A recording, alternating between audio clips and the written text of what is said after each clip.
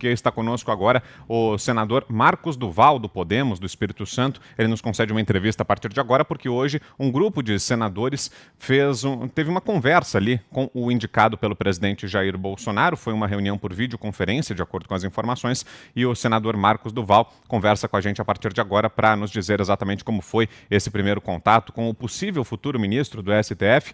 Tudo bem, senador? Boa noite, obrigado pela entrevista, pela presença aqui no programa. Boa noite a todos, um prazer todo meu e espero estar aqui contribuindo com esse debate riquíssimo que vocês sempre fazem aqui no Pingo dos Is. Ô, senador, imagino que vários assuntos tenham sido abordados durante essa conversa, mas um que chama atenção é a Lava Jato. Deu para sentir qual é o posicionamento de Cássio Nunes Marques em relação à Operação Lava Jato? E pergunto especialmente em relação à possibilidade de declaração de suspeição de Sérgio Moro, porque existe um caso prestes a ser pautado ali pela segunda turma do STF, que é o do ex-presidente Lula, que pode acabar se tornando ficha limpa caso o Supremo entenda que o Moro foi parcial no julgamento do ex-presidente. Então, no entendimento de Cássio Nunes Marques, existiria essa suspeição? Ele considera Moro suspeito? Vocês chegaram a abordar essa questão, senador? Bom, o nosso encontro hoje virtual foi um convite do senador Everton, que não sou nem integrante do partido, nem do grupo, mas ele gentilmente me convidou e, inicialmente, estava sendo uma reunião de boas-vindas, né, desejando sorte, muitos senadores felizes com a escolha do nome dele, senadores que têm aí uma carreira jurista enorme, validando o nome dele, eu observando, mas eu me senti muito desconfortável e foi quando eu comecei, de forma, claro, muito educada, a fazer os questionamentos, né, alguns questionamentos que todos estão fazendo, né, uma parte que apoia o presidente, outra que não apoia, a imprensa, e eu peguei a liberdade para fazer esse questionamento. Um deles foi a questão da Lava Jato. Ele se posicionou muito favorável, ele até disse, não há cenário hoje para quem quer assumir essa cadeira, não ter isso como prioridade, não ter isso como algo, como a sua prioridade de trabalho, porque é o que a sociedade deseja, é o que o brasileiro deseja, e assim ele disse que seguirá, né, focado no combate à corrupção. Eu percebi que ele tentou desvincular muito a palavra Lava Jato com o combate à corrupção, no entendimento meu de que o combate à corrupção é muito mais amplo e abrange outros segmentos, não só a Operação Lava Jato, mas ele deixou claro isso. Não tocou absolutamente nada referente ao ex-ministro Sérgio Moro, não citou, não pontuou, nada para esse sentido. Eu também fiz o questionamento sobre a prisão em segunda instância, né, que ele já tinha feito uma posição, ele disse que é muito favorável à prisão em segunda instância, mas enquanto o Congresso não definir a regra, né, a lei, ele vai estar seguindo dentro do entendimento dele de que quem tem um histórico criminoso e que ele vê que não há condições dessa pessoa permanecer em liberdade, ele vai pedir, então, o regime fechado. Em outras situações, não. Então, ele falou que seria muito de caso a caso, enquanto o Congresso não definisse isso. A todo momento, ele deixava muito claro a posição nossa do Congresso, mostrando que não haveria, por parte dele, nenhuma interferência, né, e nenhuma ação de querer fazer o STF a Casa Legislativa. Senador, ele disse que vai julgar caso a caso. Sim, é sempre assim. Mas quanto à tese, ele já disse que acha que não tem nada demais o sujeito ser condenado em duas instâncias. Ele acha que pode perfeitamente aguardar em liberdade o trânsito em julgado da sentença condenatória. Ele falou isso aí na reunião, ele disse o que pensa com clareza sobre essa tese, porque a discussão é em tese. Concorda? Ele colocou para a gente dentro desse entendimento dele de quem é a pessoa que está sendo julgada. É alguém que tem um histórico criminoso, um histórico que pode causar perigo à sociedade, aí ele vai tomar uma decisão. Se é uma pessoa que não pode e que não tem um perfil de causar perigo à sociedade, ele tomaria uma outra decisão. Ele não deu nenhum exemplo. Por exemplo, o Lula deve ser preso ou não? Deixa eu... Acho que a gente está com algum problema ali na conexão com o senador Marcos Duval, é isso? Será que a gente vai refazer o contato com ele? E agora sim, agora conseguimos ouvir. O Augusto tinha complementado a pergunta. Diga, Augusto. Se ele citou algum exemplo, o Lula é um dos exemplos, merece ser preso ou merece estar em liberdade? Não citou. Eu até, pelo ponto que vocês colocaram aí do Lula, eu até perguntei qual é a ligação com a ex-presidente Dilma, sobre a indicação dele, se tinha algum vínculo com o PT. Ele também frisou muito isso, que não tinha absolutamente nenhum vínculo, somente a indicação e a procura que ele fez, né, a presidente que estava ocupando o cargo na época para que pudesse empossá-lo, né, indicá-lo, né, mas que não tinha vínculo nenhum com nenhum partido, muito menos com o PT. Mas ele não citou nada, absolutamente nada sobre Lula, não citou absolutamente nada sobre o ex-ministro Sérgio Moro, como vocês me questionaram. Ana Paula, sua pergunta. Senador, não preocupa, eu acho que levanta um pouco a preocupação na sociedade desse apoio aí interno do Senado a essa indicação do presidente Bolsonaro, que parece que transita de uma maneira muito confortável, né, no ambiente político. Não preocupa o senhor votos já expressados publicamente de total apoio de senadores como Renan Calheiros, por exemplo, a essa nomeação? Então, após a minha conversa, meu encontro com ele, um amigo senador do nosso grupo Muda Senado, ele fez esse questionamento, né? Ele disse o seguinte: muito me preocupa ver o PT e alguns senadores, né, que estão sempre respondendo aí algumas, até a Lava Jato, estarem felizes, né? A minha leitura é porque, para quem poderia estar assumindo a posição ali, seria o ex-ministro Sérgio Moro, que fez um trabalho muito focado e refletiu muito no PT. Eu acho que qualquer outro que assumiria ali para o PT seria uma bênção, né? Seria um sonho, né? Que não fosse o ex-ministro Sérgio Moro. Então, eu vejo como algo do tipo, poderia ser pior, né? Mas não é.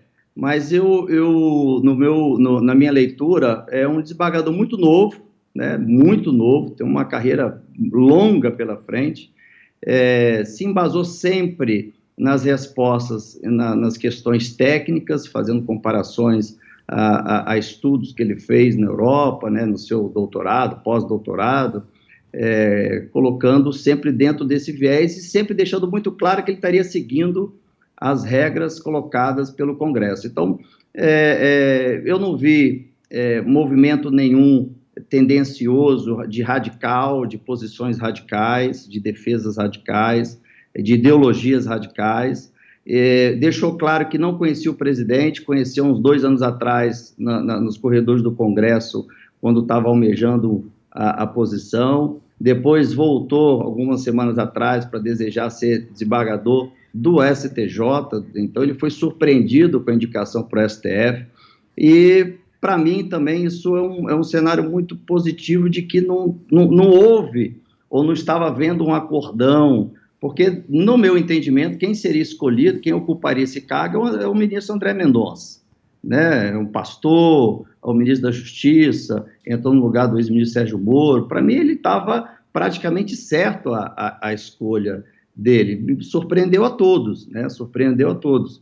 Mas a nós, os brasileiros, eu sou recém-chegado na política, eu só tenho 19 meses de política, minha carreira era outra, não era essa. A gente chega aqui com um desejo de velocidade muito grande, né? Porque, é claro, né, o Brasil está sempre em situações difíceis e a gente precisa ser rápido. Mas a democracia, ela não tem essa rapidez. E hoje as informações tramitam numa velocidade ainda maior.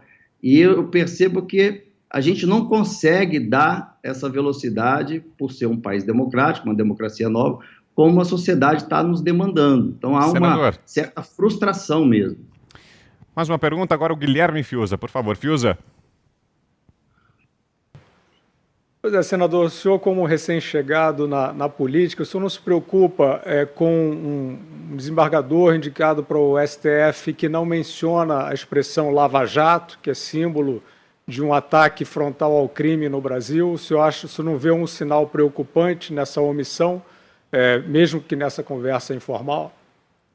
Ele citou a Lava Jato, né? Porque eu perguntei para ele, né, qual é a posição dele referente à Lava Jato. Ele falou que a Lava Jato ele precisa só ter cuidados para os excessos. Ele falou, a Lava Jato precisa ter alguns cuidados para os excessos, para que a polícia, nas suas operações, também não façam um espetáculo, né? Ele falou isso, apesar de que é o judiciário que faz a autorização para as operações. Ele falou que teria muita prudência nisso, mas aí ele volta a falar na questão do combate à corrupção de forma mais ampla do que a Lava Jato, como algo maior do que a Lava Jato, né? E deixou muito claro para mim, né, a sensação que eu tive. Os outros senadores já tinham validado ele, né? Eu era o único ali incrédulo. Ele deixou muita tranquilidade referente a essa posição dele no combate à corrupção, que era uma posição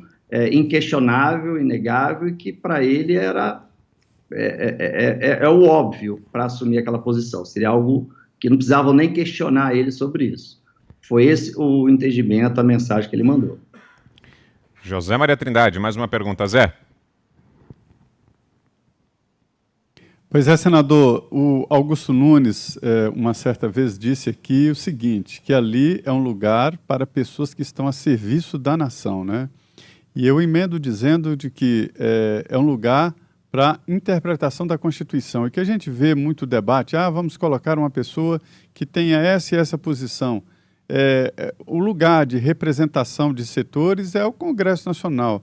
Para o Supremo, deve ser escolhido alguém que tenha conhecimento e que tenha habilidade para interpretar a Constituição e não movimentos políticos. O senhor não vê um erro nessa história de ficar parlamentarizando o Supremo Tribunal Federal ou não?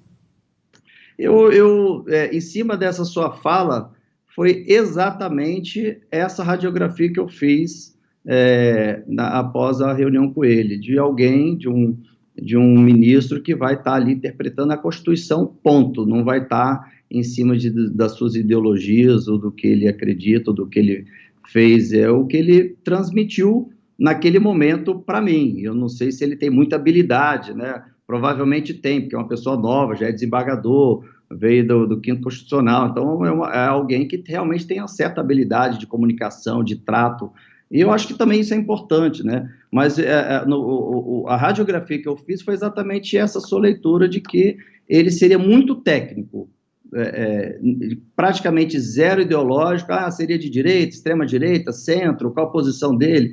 Não falamos sobre aborto, não houve tempo para isso, mas o que eu percebi é que ele toda hora seguia para o caminho de que ele estaria fazendo as suas decisões em cima da Constituição, e do que o Congresso estaria demandando na questão dos novos projetos, novas leis e tudo mais, estaria sendo um obediente ali da Constituição.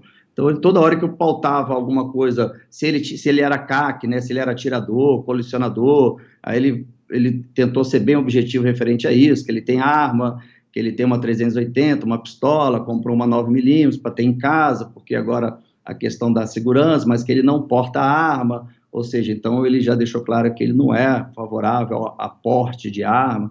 Bom, e voltou nas questões técnicas constitucionais. Então eu achei assim, para uma pessoa nova, um desembargador, sendo indicado para o STF, mais de 27 anos que vai ter aí de trabalho à frente, tem muita coisa a acontecer, mas mostrou para mim uma indicação totalmente inesperada do presidente da República, que poderia estar ali trabalhando em alguma articulação. A mensagem que eu vejo é que o presidente, se colocasse alguém, de repente, de uma posição muito ideológica, de extrema-direita, poderia estar mandando um recado para o STF, né, mandando indiretamente um recado de que, do jeito que está sendo tomadas as decisões, ele não está favorável. Vou botar alguém com um perfil totalmente diferente do que está ali, e eu acho que ele tentou ser mais ponderado, uma pessoa mais sem ideologias, né? Eu acho que foi esse meu entendimento. Eu confesso para vocês que eu iniciei a reunião, né? E essa reunião com uma boa luz no final desse túnel. Esse túnel não está caótico ou preocupante, não. Eu acho que a gente precisa dar essa voto de confiança e torcer para que dê certo. Eu devo deduzir, então, que depois da conversa o senhor resolveu votar a favor da indicação. Não, ainda não, porque não está o dia da votação, até lá pode acontecer muita coisa ainda, né? A votação vai ser até os 45 do segundo tempo, né? Muita coisa pode acontecer, muitas informações podem surgir, mas nessa primeira oportunidade que eu tive com ele, saí com uma visão muito positiva, né? Nós temos aí até dia 21, né, que vai ser feito aí a sabatina e a votação nele, até lá pode acontecer, pode o cenário mudar, mas hoje seria favorável. E o Muda Senado deve votar em grupo, senador? Ou cada senador vai tomar a decisão individualmente? Porque o senhor pertence, né, ao Muda Senado, esse grupo. Isso. Eu até fiz contato logo em seguida com o grupo Muda Senado, eles colocaram que seria interessante fazer até uma sabatina mais aberta, né, que todo mundo pudesse escutar as perguntas e não fazer aí uma reunião fechada, e ficamos de debater isso. Amanhã nós vamos continuar debatendo de como seria isso, mas eu acredito que está muito polarizado ali, não tem uma posição única de todos referente ao desembargador, não. Perfeito, vamos acompanhar então. Agradeço aqui a participação do senador Marcos Duval. Obrigado pela entrevista, senador, pela presença aqui em Os Pingos nos Is. Uma boa noite, um abraço. Uma boa noite a todos, obrigado.